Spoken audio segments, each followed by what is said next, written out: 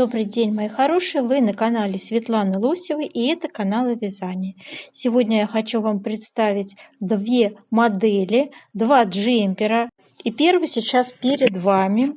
Я составила схему узора, и мы рассмотрим детально, как связать такую оригинальную модель.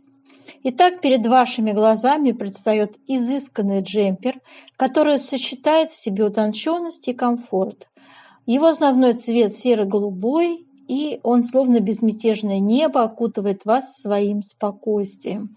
Свободный стиль обеспечивает идеальную посадку на любую фигуру, а рукава погона добавляют нотку оригинальности.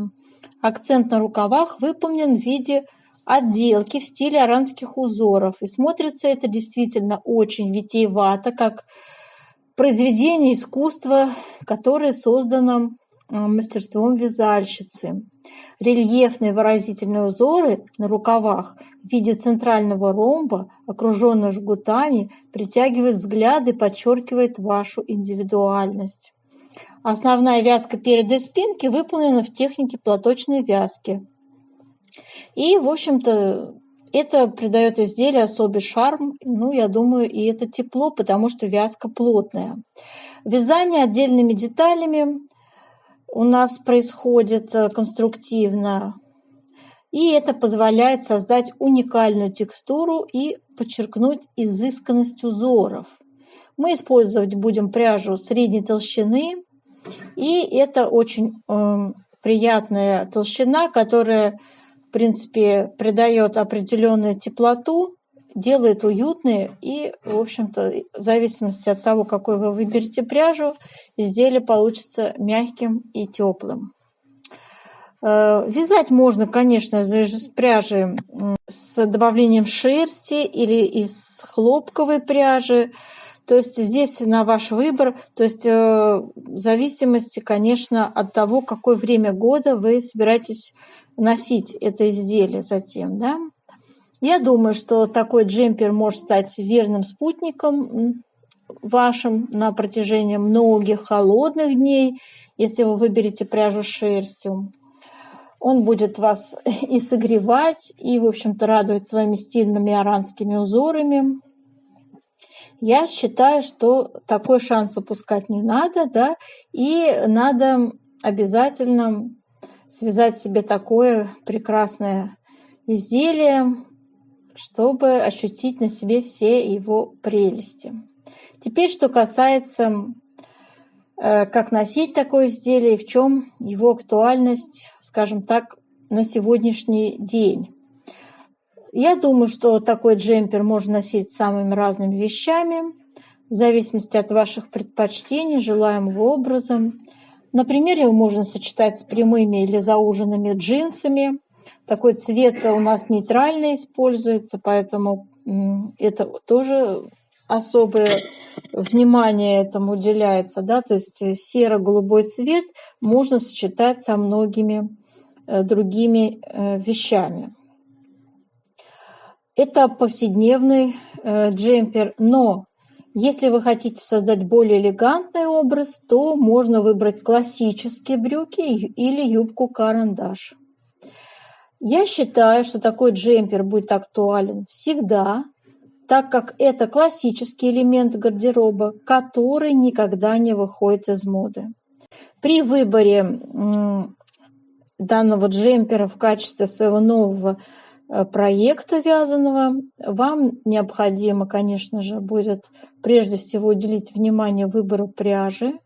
То есть чем дороже, скажем так, чем богаче, чем натуральный состав пряжи, да, тем, я думаю, что и изделие будет смотреться более шикарно и более изысканно. Итак, мои дорогие, сейчас я покажу вам схему и рекомендуемую выкройку. Я уже говорила о том, что изделие надо вязать отдельными деталями. Я рекомендую вот такую выкройку. Это выкройка из журнала от другой модели, похожей конструкции, тоже с рукавами погон. Вы видите в правой части вот этот рукав погон у нас, свободный крой здесь соблюдается, место погона, то есть место узора вот выделено здесь. И у нас идет вот такая конструкция. Здесь уже начинается вырез по переду и по спинке. Вырез горловины формируется отдельно с помощью на круговые спицы набранной резинки, которая формирует у нас довольно-таки высокий ворот выреза горловины. И широкий, да, вы видели. Резиночку можно использовать 1 на 1, 2 на 2 по желанию. То есть желательно, конечно, чтобы она соответствовала и нижней части, то есть планки по низу одинаково было выполнено. Да? Выполняется у нас в одной плотности спинка перед совершенно одинаково, как вы видите. В левой части одинаково детали, что перед, что спинка выполнена платочной вязкой. Рукав выполнен лицевой гладью, и можно вязать на круговых спицах по кругу. Но я видела у модели, он все-таки имеет некоторый скос, то есть расширение. Здесь на выкройке никаких прибавок нет, то есть по прямой вяжется. Довольно широкий такой вариант рассматривается. Но можно сделать поуже рукав, если вы хотите максимально приблизиться к оригиналу на фотографии. Так, у нас имеется такая квадратная пройма. Вот, и, в общем-то, собственно, вот такая конструкция. Я думаю, что вполне под силу мастерицам среднего уровня мастерства, ну и, конечно, опытным мастерицам такой джемпер будет вполне по плечам. Так, и сейчас про схему. Схема узора. У нас центральный ромб идет по центру. Вот у меня на схеме показан на фоне изнаночной глади. Да? И с двух сторон идут зеркально-симметричные жгуты на 6 петлях, 6 лицевых. Это у нас перекрещивание, я так обозначаю этим знаком. 3 петли, 6 петель перекрещиваем направо, 6 петель перекрещиваем налево зеркально-симметрично. Знаете, что вот эти жгуты у нас идут, вот у меня на схеме они уместились вправо-влево, я специально их показала так зеркально-симметрично, но через 2 изнаночные этот жгут повторяется. То есть и справа, и слева у нас используются 2 жгута по узору.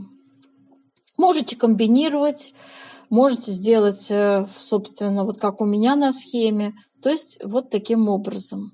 Здесь у меня горизонтальная черта обозначает изнаночную петлю, а вертикальная обозначает лицевую петлю. Вот так легко обозначены условные обозначения. Итак, мои дорогие, сейчас давайте посмотрим с вами второе изделие. Перед вами пуловер свободного стиля с V-образным вырезом горловины, который придает вашему образу женственности и элегантности. Цвет пыльной розы, я считаю, всегда беспроигрышный вариант, который будет сочетаться с любыми другими оттенками в вашем гардеробе. Особенность этого пуловера, конечно же, в его узорах, которые, как вы видите, направлены вертикально.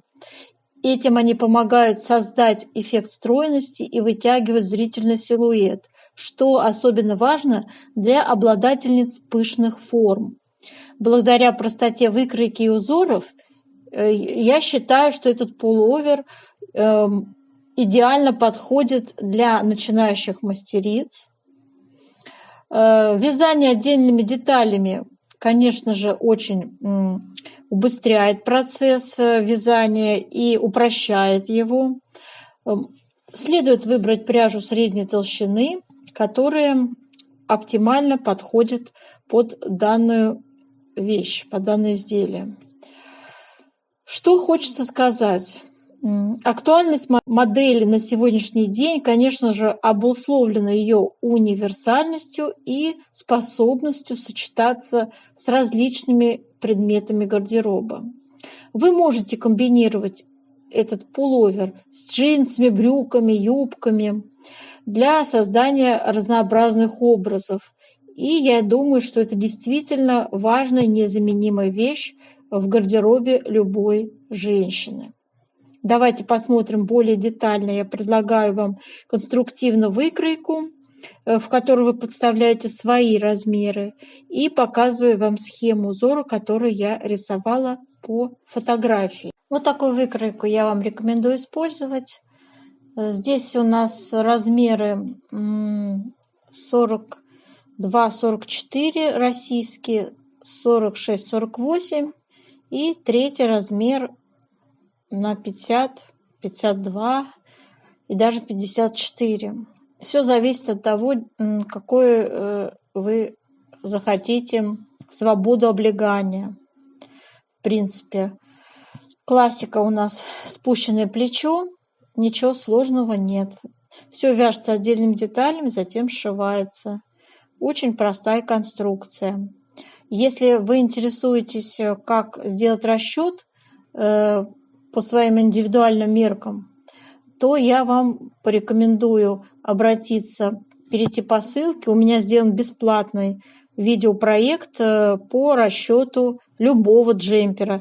Там я доступным языком популярно объясняю, показываю на примере, как посчитать петли, как посчитать ряды, как рассчитать плотность вязания. Все начиная прямо с самого начала, с чего начать, с выбора пряжи, как выбрать пряжу, как выбрать спицы и далее. Все по порядку. То есть я вам рассказываю прям самое-самое основное, что вам понадобится для того, чтобы приступить к вязанию.